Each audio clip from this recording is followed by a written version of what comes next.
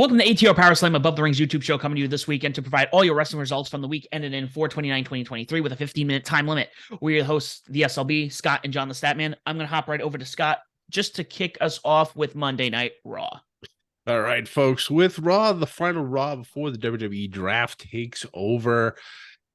First, six-man tag, Jey Uso, Jimmy Uso, and Soul Squad, the Bloodline, taking on and defeating the Latino World Order.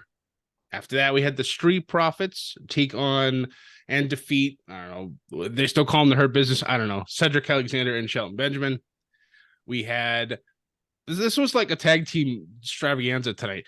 6-woman tag match, Bianca Belair, Liv Morgan, and Raquel Rodriguez taking on and defeating Damage Control. Then we had Mustafa Ali getting a big win in Chicago in his hometown, which is very unlike WWE. Defeating Chad Gable. Cody Rhodes had a fantastic match with Finn Balor, getting the win.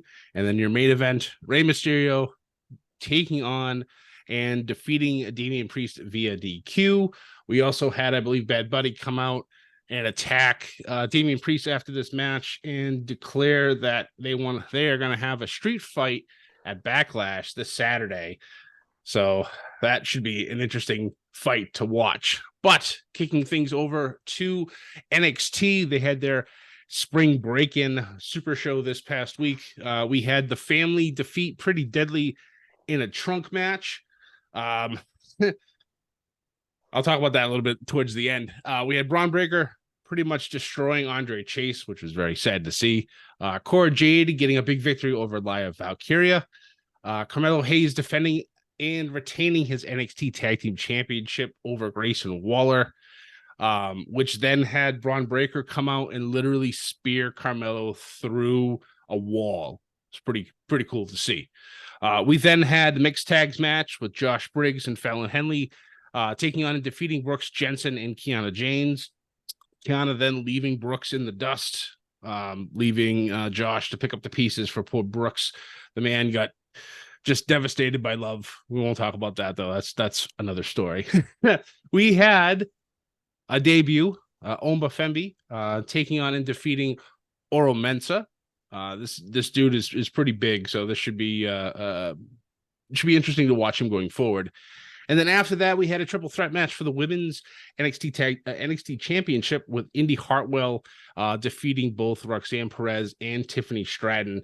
Indy, though, looking like she got hurt during this match. The crowd went dead silent, which I haven't seen since COVID era, which was kind of scary.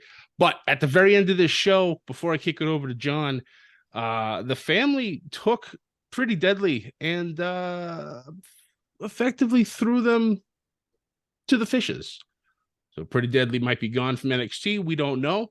We'll see what happens. But that's it for WWE right now. We kick it over to John. We'll talk some Dynamite.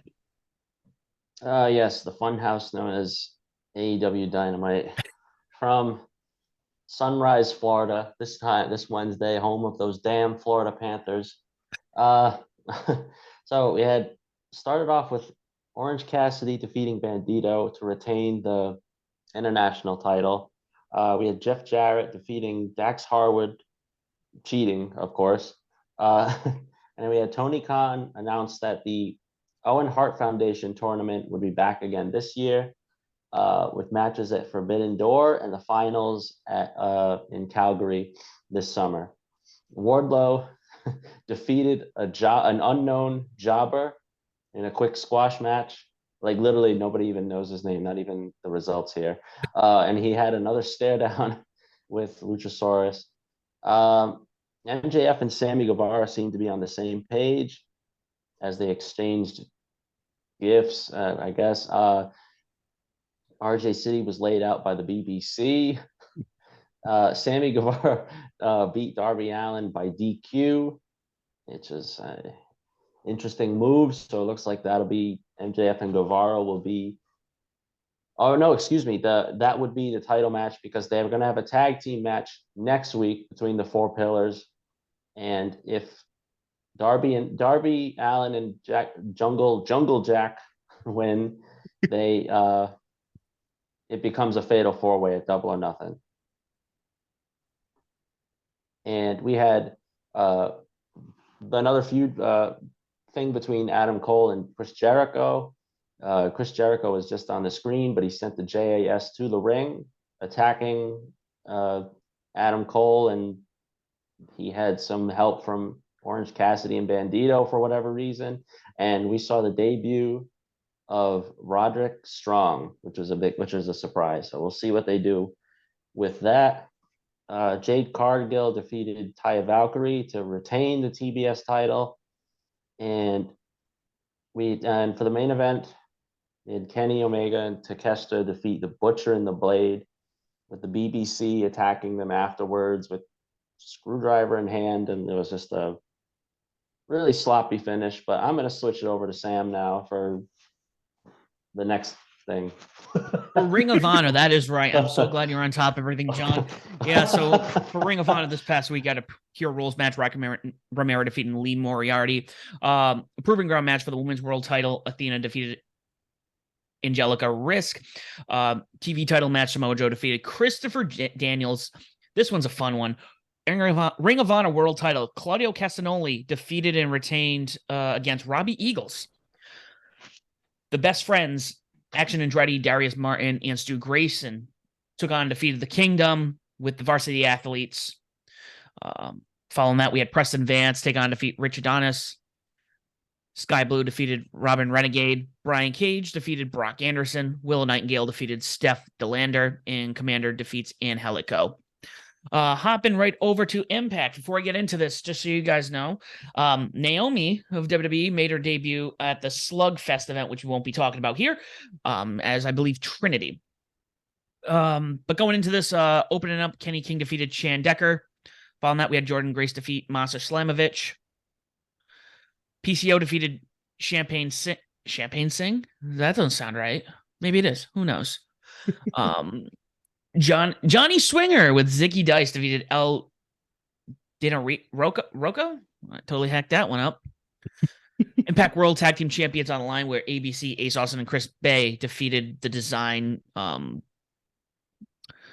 Following that, we had Jody Threat take on defeat Silesia Sparks. And then Knockouts World Champion Deonna Purrazzo defeated Knockouts World Tag Team Champion Taylor Wilde for the world title as your main event, because they have wonderful Knockouts matches. But I'm going to hop right over to Scott to talk about Friday Night SmackDown. All right. So the WWE draft kicked off on SmackDown. We won't talk about that here. We'll have a special for that after Monday once part 2 gets done. But the matches themselves on the show, we had LA Knight taking on and defeating Butch. We had the Street Profits defeating Braun Strowman and Ricochet, as well as the LWO. We had Zelina Vega getting a big victory over Sonya Deville, then to be immediately attacked by Rhea Ripley going into their match at Backlash. We had the return of AJ Styles and the OC came out to the ring, but the Viking Raiders clearly didn't want to see them come back, so they had a nice little brawl. So this is going to be turning into something. Should be fun to watch. And then your main event was Kevin Owens and Sami Zayn retaining their WWE Undisputed Tag Team Championships over the Usos. That's not looking good for the boys. The Tribal Chief is not going to be happy about this, but we'll see what happens with that after the draft on Monday. So that's it for WWE this week. I'll kick it back over to John to talk some Rampage, and then we'll wrap this thing up. Wrap this up indeed. All right. Now, moving on to Rampage, which is still going, but I guess it was on 5:30 this past Saturday because of the NHL playoffs. I mean, they tape it Wednesday. They tape it Wednesday anyway, so they could air it anytime they want. So no biggie. We had Jay White and Juice Robinson defeat Ricky Starks and Sean Spears. We had Dustin Rhodes and Keith Lee defeat Brady Pierce and Charlie James. I swear every week it's names. I have no idea. Anna J, this is another one. Anna J defeated Ashley D'Ambos. She's been on Dark a lot from what I saw. So this was her Rampage debut. Exactly why I don't know who that is. We had the Acclaimed and Billy Gunn defeat It says it there. 3 jobbers in a squash match. It was shorter than Max Caster's entrance rap. It was actually. And for the main event, we had Jay Lethal and Cash Wheeler. Oh no, Jay Wheeler, excuse me, defeat Cash Wheeler as Sanjay Dutt had some hijinks in the ring, and it was too much for Dax Harwood and Mark Briscoe. All right, that's all I got for you this week, Sam. Take us out of here. Guys, thank you so much for watching. Don't forget to listen to our Above the Ring podcast that drops every other Monday. We will catch you later. Thank you for watching.